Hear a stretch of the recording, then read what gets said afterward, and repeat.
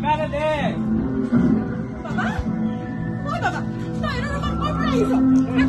আৰু তোৰ এনে অৱস্থা যে হেৰি ইমান চনচনীয়া হওক বাবালে কি হ'ল তোক ভোক লাগিছে হে তই বহুত কৰি অধম ঘৰৰ গহনা চুৰ কৰিবলৈ তোৰ অলপো লাজ নালাগিল গহনা কিহৰ গহনা দেউতা মই একো গহনা লৈ নাই তোমালোকে মোক মিছাতে সন্দেহ নকৰিবা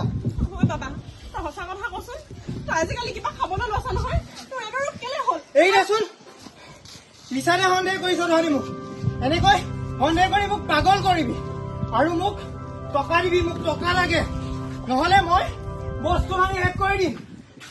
তোমাৰ কি হৈছে কিয় এনেকুৱা কৰিছ তোমাৰ কাৰণে কলৈকে ওলাই যাবলৈ নোৱাৰা